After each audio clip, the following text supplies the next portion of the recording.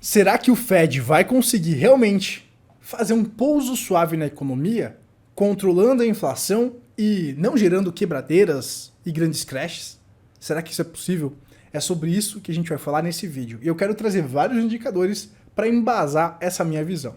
E claro, o melhor vai ficar para o final, porque aqui eu separei momentos de correções passadas, aonde as sardinhas foram pegas de surpresa, onde o mercado fez um movimento onde parecia que a crise tinha acabado, mas na verdade era uma armadilha para deixar as sardinhas presas, comprando no topo, e aí na sequência o preço veio abaixo.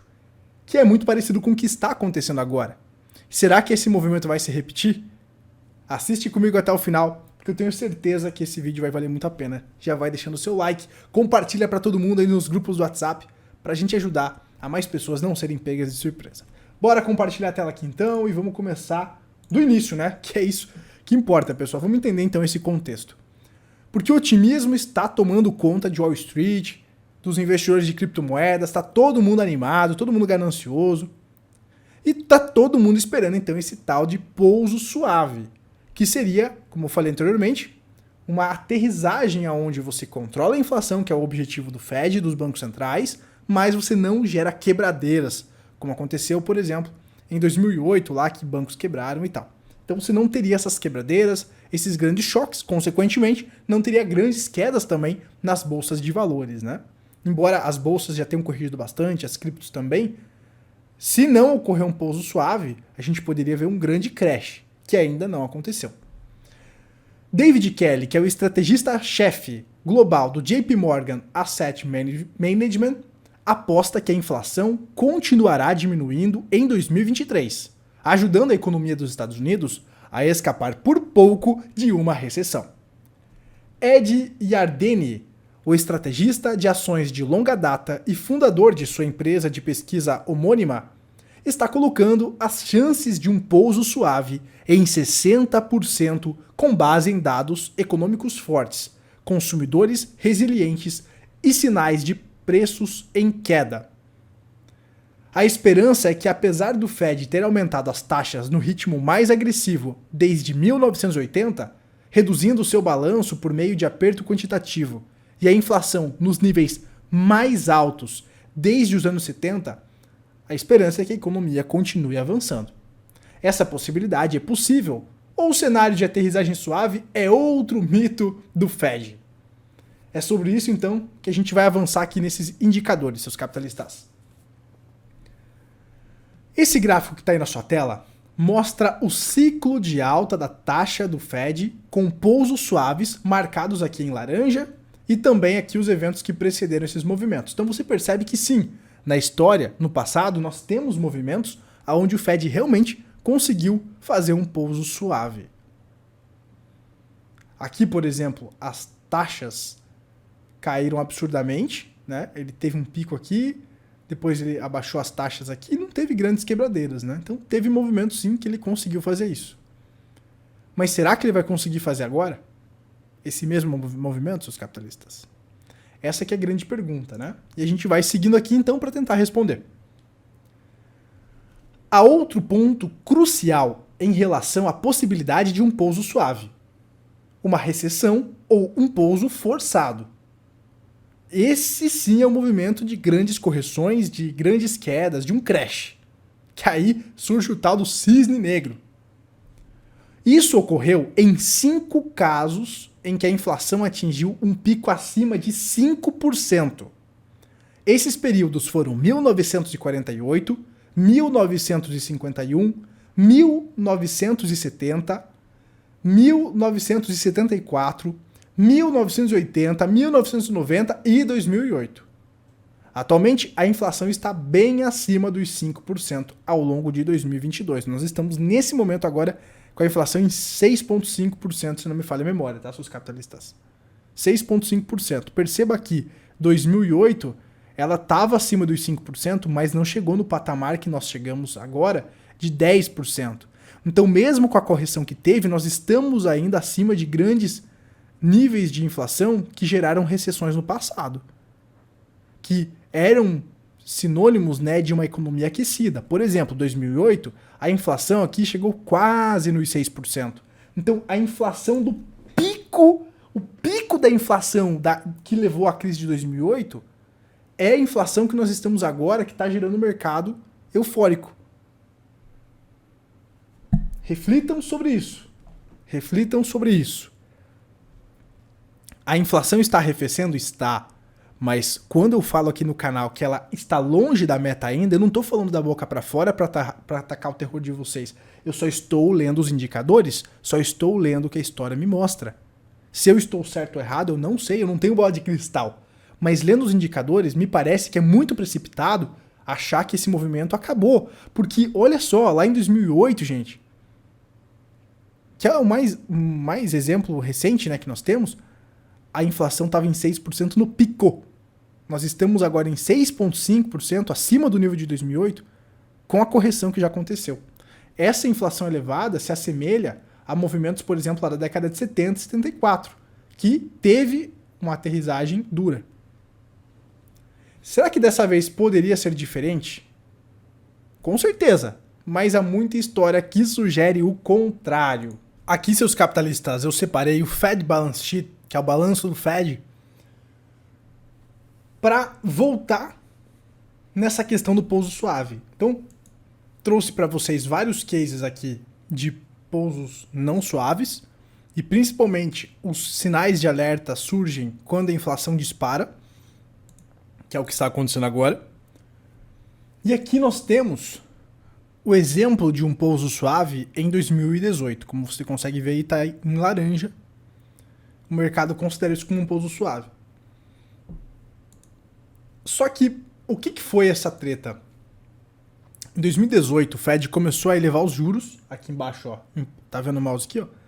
Em pretinho, então, é os juros que estavam em zero. Depois da crise do subprime, o Fed joga o juro a zero para estimular a economia. Certo? Isso não tinha acontecido até então. Então, de 2008 para cá, os estímulos começam a acelerar fortemente. Em 2016, 2017, ali, o Fed tenta começar a limpar a sujeira de 2008. Então, imagina aqui o Fed Balance Sheet como um tapete, né? E aqui é a sujeira embaixo do tapete, tá? Então aqui, embaixo dessa linha aqui, é toda a sujeira, toda a montanha de sujeira que o Fed teve que comprar para a economia não quebrar. Então, vários subprimes, vários títulos de dívida podre estão aqui nesse balanço do Fed. Em 2018 ali, ele tenta, aqui ó, ele tenta se livrar. Então aqui ele tenta se livrar e não consegue. O mercado chia, a bolsa caiu 20% nesse período aqui. E aí ele voltou a estimular e depois veio a crise. Aqui, em 2018, as curvas se inverteram também e ia dar uma recessão ali. Só que o Fed voltou para trás. E a inflação também não estava tão alta como estava agora. Então o cenário é diferente. O cenário é diferente. Prestem atenção. Aí em 2020 o negócio estourou. As curvas já haviam se invertido por conta desse movimento que o Fed fez. E aí, o 2020, não sei se foi um boi de pirâmide que aconteceu, mas aí ali deu um crash, né? Mas não foi por um movimento econômico. Mas vamos seguindo aqui então.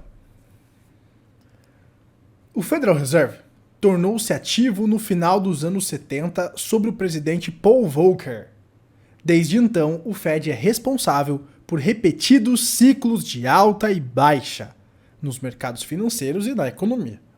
Conforme observado nesse indicador que está na sua tela, seu capitalista, 3 períodos em que o Fed aumentou as taxas e conseguiu uma aterrissagem suave economicamente falando. No entanto, a realidade é que esse período não foram isentos de dor. Para os mercados financeiros, como por exemplo 2018, a gente viu que esse pouso suave custou aí cerca de 20% para o S&P 500, por exemplo. Então tem sangramento, mas não foi uma quebradeira, tá?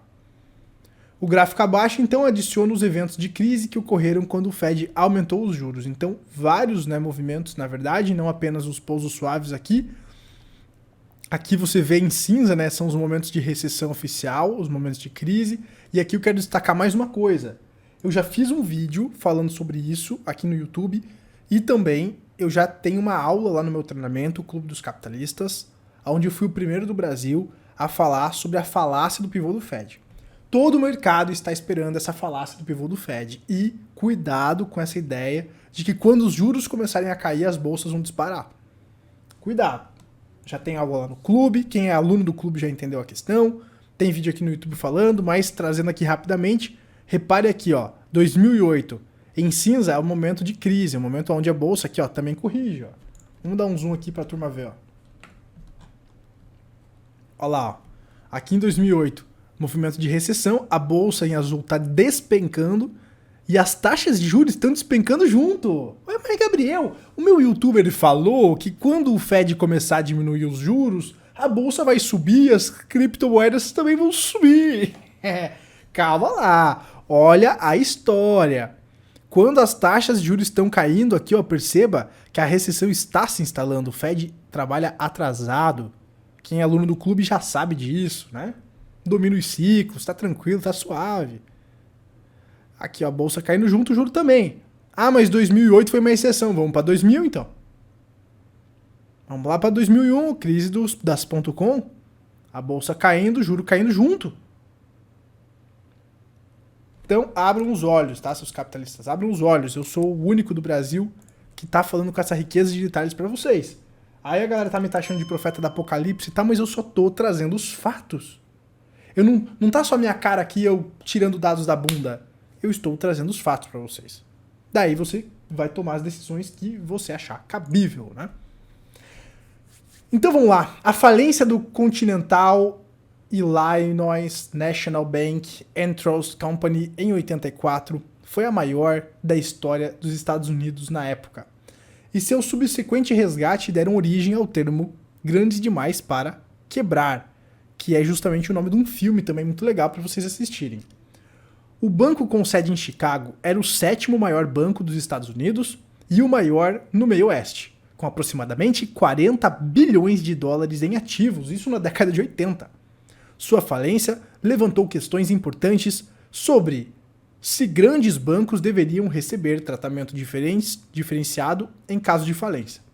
O banco tomou medida para estabilizar seu balanço patrimonial em 82 e 83, mas em 84 o banco divulgou que seus empréstimos inadimplentes aumentaram repentinamente em 400 milhões, totalizando 2,3 bilhões.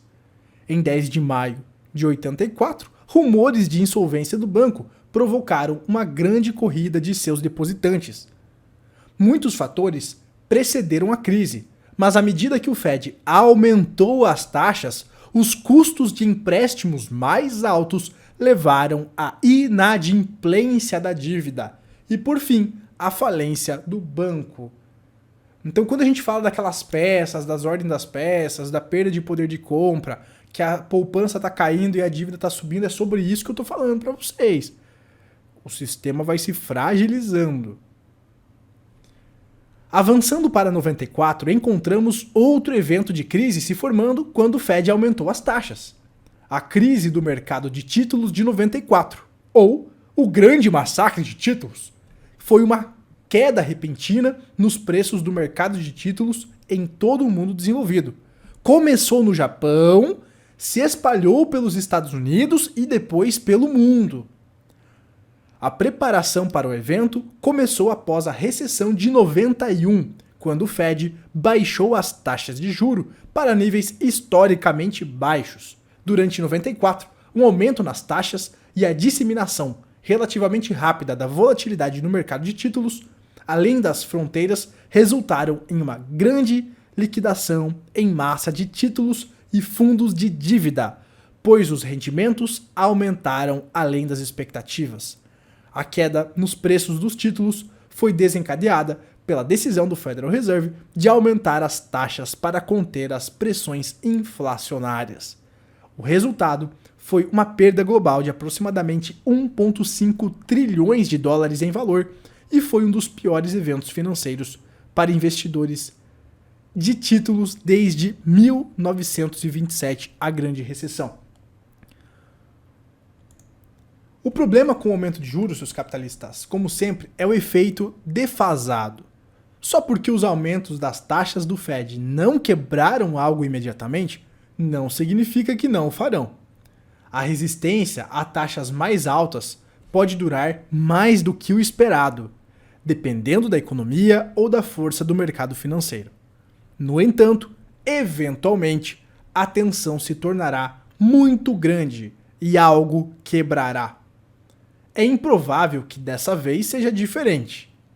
A ideia de uma aterrissagem suave só é uma realidade se excluirmos, na maioria dos casos, consequências financeiras bastante devastadoras. É apenas uma questão de que ver. Até agora, a economia parece estar se mantendo bem. Apesar de uma campanha agressiva de aumento das taxas de juros, fornecendo cobertura para o cenário de aterrissagem suave, isso se deve ao aumento maciço de estímulos enviados diretamente às famílias, resultando em um aumento sem precedentes da poupança ali em 2020. As pessoas recebiam os cheques dos auxílios e os recursos das poupanças subiram, dispararam, como você vê ali na sua tela aqui, ó. Elas pegaram os cheques do governo e foram colocando na poupança, só que agora essas poupanças estão secando e estão em níveis muito abaixo. Então isso criou uma demanda artificial representada pelas vendas no varejo. Nos próximos 2 anos, esse bojo de excessos de liquidez voltará à tendência de crescimento anterior, o que é um risco desinflacionário. Como resultado, o crescimento econômico será defasado em cerca de 12 meses em relação à reversão da poupança. Esse efeito defasado é crítico para os resultados da política monetária. O que eu falo nos vídeos aqui do canal? O problema não é o combate à inflação. O problema são as consequências do combate à inflação. Mas o tempo dirá. O tempo dirá o que vai acontecer, a gente não sabe, mas tudo indica que tem cheiro de crise, tem jeito de crise, tem tudo para ser uma crise. E numa crise as bolsas, os mercados de renda variável corrigem, ocorre a busca por liquidez, ocorre o flight to quality, tudo que a gente já falou incansáveis vezes aqui no canal. Né? À medida que o Fed aumenta agressivamente as taxas, o influxo monetário já foi revertido. Isso fará com que a inflação caia rapidamente nos 12 meses seguintes. E uma desaceleração econômica aumenta o risco de algo quebrar. A taxa de crescimento mais lenta, combinada com uma acomodação monetária mais rígida, desafiará o Fed, pois o risco de desinflação se torna o próximo desafio da política monetária. O Federal Reserve está em uma corrida contra o tempo. O desafio será uma reversão da demanda, levando a um intestino de abastecimento que sobe na cadeia de abastecimento. Uma recessão costuma ser o subproduto do reequilíbrio entre oferta e demanda. Enquanto Jerome Powell afirma que está empenhado, em combater as pressões inflacionárias, a inflação acabará por se curar. O Sr. Powell entende que a inflação é sempre transitória. No entanto, ele também entende que as taxas não podem estar no limite zero quando uma recessão começa. Conforme declarado, o Fed está correndo para aumentar as taxas de juros o máximo possível antes de que a economia vacile. A única ferramenta fundamental do Fed para combater uma recessão econômica é cortar as taxas de juros para estimular ativamente a economia, e quando isso acontecer, a gente vai ver novamente os mercados subindo. A recente declaração de Powell no discurso de Brookings Institutional estava cheia de advertências sobre o efeito defasado das mudanças da política monetária. Também ficou claro que não haverá o pivô na política tão cedo. Então o Fed, o Powell está deixando isso muito claro. Quando esse efeito defasado alcançar o Fed, um pivô na política pode não ser tão otimista quanto muitos investidores esperam, que é o que eu falei anteriormente, e tem aula lá no clube, onde eu falo sobre a falácia do pivô do Fed. E aí, né, então o pouso suave cada vez se torna mais difícil de acreditar. E aí, né, o mala do Gabriel Pelissaro, esse profeta apocalipse, que não fala de alta infinita. Ai, Gabriel, pelo amor de Deus. Embora lá nos membros a gente esteja buscando surfar nas criptos, essas altas aí, como eu mostrei para vocês, tem a atualização dos membros aqui na descrição para quem quiser assistir. Eu ainda estou bastante preocupado aí pro médio prazo, porque olha só, aqui você está vendo 2002, lá na crise das .com, 2001, 2002 aqui na sua tela, uma linha de tendência de baixa, que era resistência, o preço então muito parecido com o que estava acontecendo, o preço vinha, batia, caía, vinha, batia, caía, vinha, batia, caía, até que uma hora ele rompeu, parecido com o que está acontecendo agora. Vamos ver o que está acontecendo agora nesse momento, para você entender o porquê que eu estou levemente preocupado e porquê que eu acredito que a gente pode ter mais quedas. Tendência de baixa, eu vou até tirar essa linha para não confundir, ó. Linha de tendência de baixa, o preço vinha, batia, caía, vinha, batia, caía, vinha, batia, caía, até que conseguiu romper. Ele pode dar aqui uma mergulhada para fora dessa região para voltar aqui para dentro. E nesse período, muitas sardinhas vão comprar topo, vão ficar presas. As sardinhas vão ficar presas. Então, quando eu falo que é uma armadilha, eu não quero ser sensacionalista e bababá, como falo no YouTube. Não, é realmente o que vai acontecer. As sardinhas vão ficar presas. Então aqui, linha de tendência de baixa, o preço rompe. Aqui, ó, faz ainda um sinal, meu, vai dar pullback alta infinita, eu vou ficar rico. E foi, não. Ele engana a galera. E na sequência, lá em 2000, lá na boledas.com, o preço cai 34%. Gabriel, você só tem esse exemplo pra me dar aí? Me dá outro exemplo, então. Vamos dar outro exemplo. Você já deixou o like? Deixa o like. Compartilha pra todo mundo nos grupos do WhatsApp. Olha o que aconteceu lá na boledas.com. Reparou? Rompeu o LTB, foi pra cima e voltou a corrigir. E aí foi a paulada. Aí foi paulada. As sardinhas ficam presas. Lá em 2000. 2001 aqui, ó. 2001, 2002. Começou essa alta aqui, ó. Lá no início de 2002 para o mercado derreter. Aí sardinhas ficam presas aqui e aí o mercado derrete, tá?